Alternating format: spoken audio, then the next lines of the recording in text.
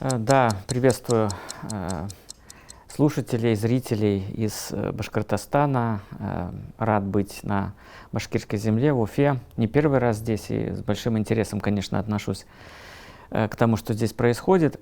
Здесь есть два момента.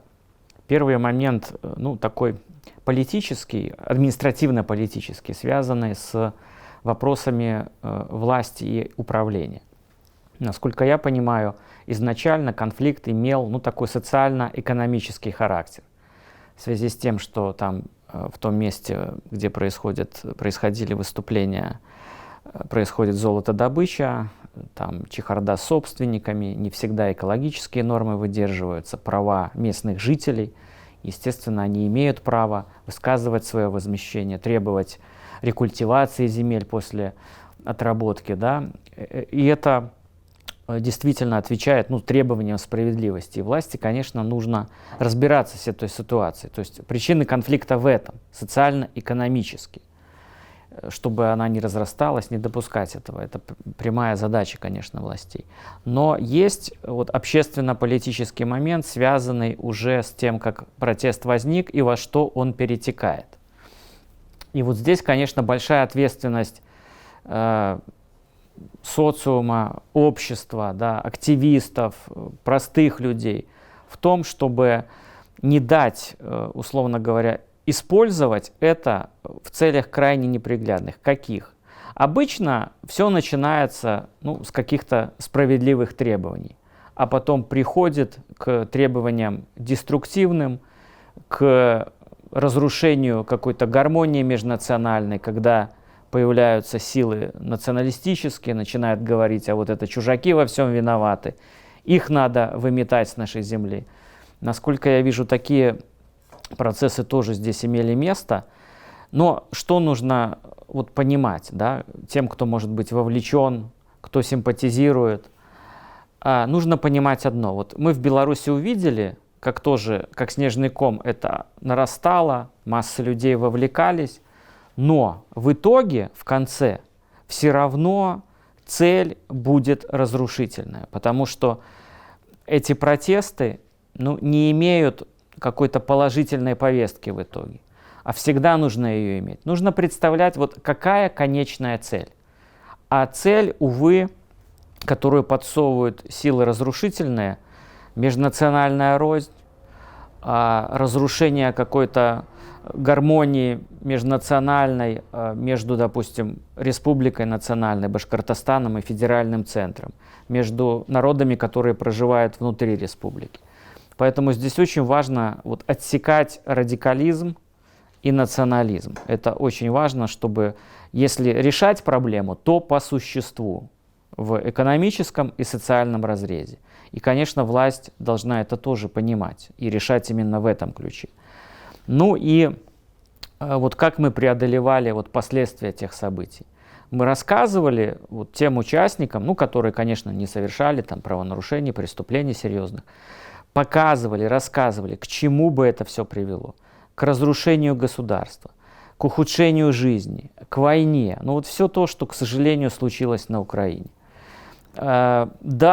Нужно искать общий язык с властью, выдвигать свои разумные требования, представителей направлять, чтобы это были не радикалы, а нормальные, уважаемые, авторитетные люди, чтобы администрация могла их выслушать и искать общее решение, компромисс. Мне кажется, это вполне возможно. И очень важно общество сшивать, чтобы раскол не происходил. Как это делать? Опять же, если есть возможность для диалога, собирать все стороны. Ни в коем случае не расходиться по углам и не копить это недовольство, обиду, и для того, чтобы она потом еще в каком-то большем масштабе выросла. Нет, конечно, этого постоянный диалог. И тут важно еще, что поскольку Башкортостан часть Российской Федерации, лучше решать это на своем местном уровне. Местные люди лучше знают проблемы. Да, иногда власть должна действительно, может быть, где-то через себя переступить и выслушать этих людей, выслушать, какие решения они предлагают.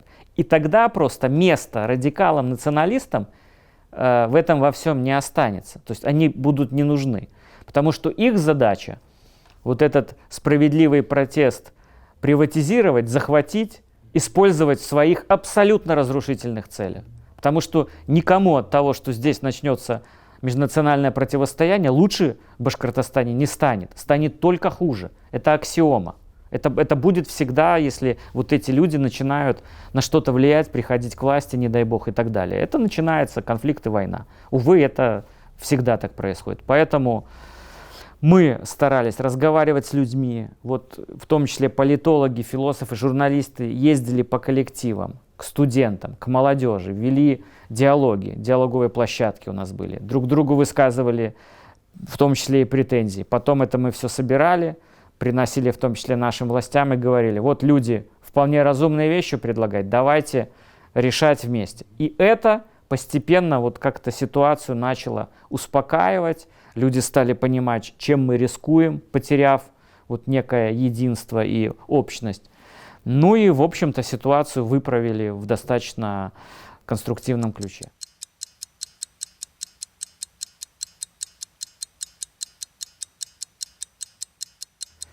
Ну, вы знаете, если диалог пошел или он начался, это хорошо, это важно, потому что с людьми нужно общаться, с ними нужно иметь обратную связь. Вот тогда, когда власть слышит, понимает, что происходит, ну, ей самой лучше.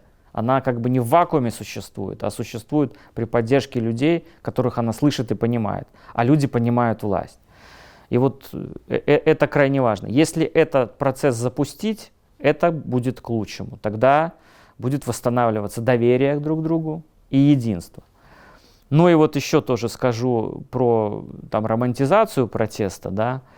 Да, часть людей, особенно молодых, им вот хочется движа, активизма, участия, да, и если где-то там себя не реализовали, то вот выйду на улицу, побузить, там, показать себя. Понятно, вот энергию тоже нужно куда-то девать, и этим нужно заниматься, в том числе вовлекать, ну, тоже в конструктив какой-то там, в волонтерское движение. Ну, вообще надо думать над этим, что делать с молодежью, куда ее вовлекать. Но, опять же, молодые люди должны понять, вот если они вовлекаются в этот деструктив, в итоге тоже нужно видеть, что в конце. К сожалению, вот у нас события показали, многие из этих молодых людей просто себе жизни поломали и судьбы. Ну да, кто-то уехал, там самый умный, быстро, хитрый, убежал где-то там. И сейчас либо устроился хорошо, но, как правило, не устроился. Потому что деньги там не раздают с вертолета. И на Западе, где бы то ни было еще. А те, кто уже что-то сделал такое плохое, ну вот они, кто-то сидит в тюрьме. То есть ломают судьбы себе прежде всего. Поэтому, да, вот в таких случаях надо думать головой, какие последствия. А романтизация какая? Ну, помахали, покричали, а в итоге-то все равно последствия наступают. Либо ответственность какая-то правовая, либо разрушенные, опять же, отношения нормальные между людьми. Вот. И тут совет может быть только такой. Все-таки и с молодежью нужно говорить, прямо объяснять, показывать и альтернативу предлагать. Вот лучше давайте здесь вместе что-то сделаем, там, восстановим что-то важное для республики, для народа, вместе там, соберемся как-то такой общностью, чем вот, значит, разрушать и пытаться раскачать ситуацию.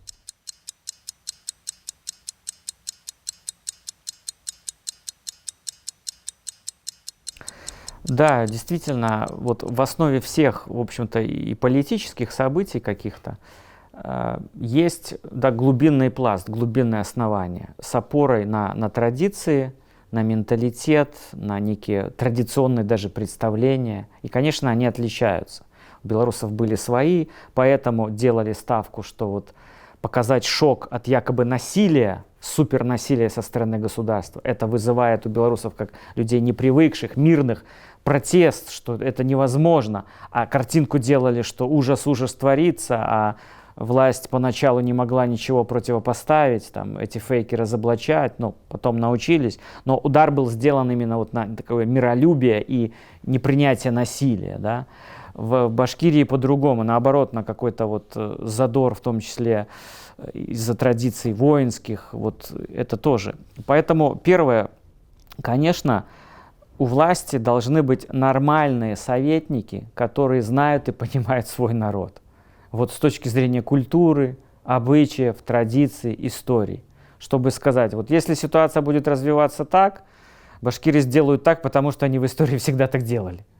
И хотя бы, чтобы эту ситуацию как-то разрулить, надо вот сделать не так, там, не шашкой рубануть, а может быть договориться со старейшинами, может быть как-то по-другому подойти, более, значит, ну, не давлением, а по-другому.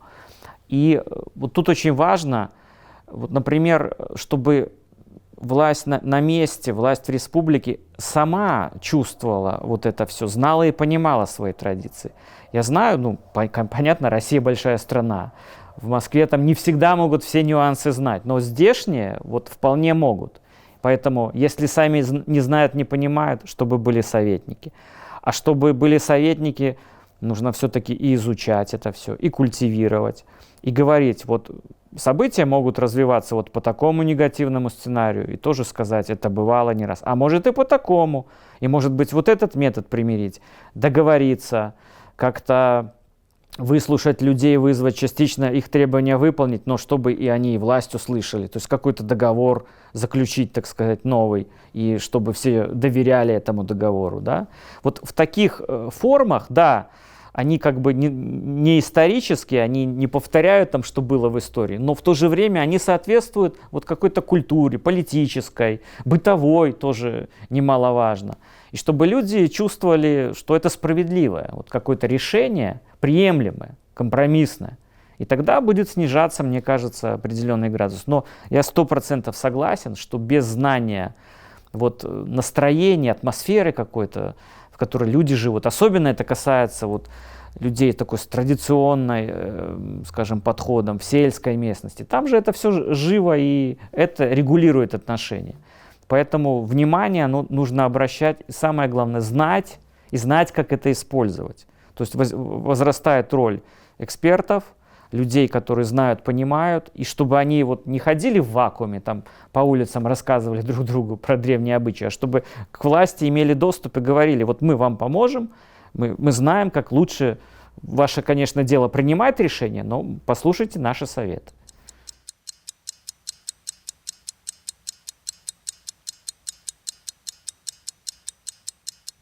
Ну, во-первых, да, нужно действительно посмотреть в истории, когда башкирский народ, так сказать, порождал и философов, и поэтов, и врачей, и инженеров, все-таки вот промышленность, причем промышленность, управляемая национальными кадрами. Первый президент республики Муртаза Рахимов, вот как воплощение такой хозяйственной вот уже элиты. И это тоже важно, показывать, что действительно башкирский народ, в нем много представителей, и они реализовались в разных сферах. Но их нужно показывать, говорить, что вот такие у нас герои, о них нужно говорить, что, в том числе и показывать, что это и сейчас престижно. Может быть, где-то акцент сделать, что мы будем больше там, ресурсов в это вкладывать, вот, в образование, в эти сферы. То есть показывать, что власть, республика делает ставку на это. Ну, понятно, что гордость там за воинское прошлое останется, но всегда нужно вот в войне как бы понимать, вот ради чего она ведется и чем она закончится. Если это война справедливая, действительно за народ, за землю, против захватчика, здесь это уместно. А если вот какие-то местные драки, если междоусобица, надо показывать, к чему она привела. Что получили вот из-за этого междоусобицы, там, между родами, кланами или между соседними народами? Нет. То есть здесь вот эта воинственность, она неуместна, она деструктивна. Положительная, вот она здесь, вот герои Советского Союза, вот герои там, восстаний, которые добивались справедливости, на каких-то справедливых решений. Вот это позитивно, это нормально. То есть не нужно полностью отказываться от истории, просто нужно показывать, что вот она к разному приводила, в том числе воинственность, и говорить, вот это образец, пример, а это вот, наверное, не надо повторять.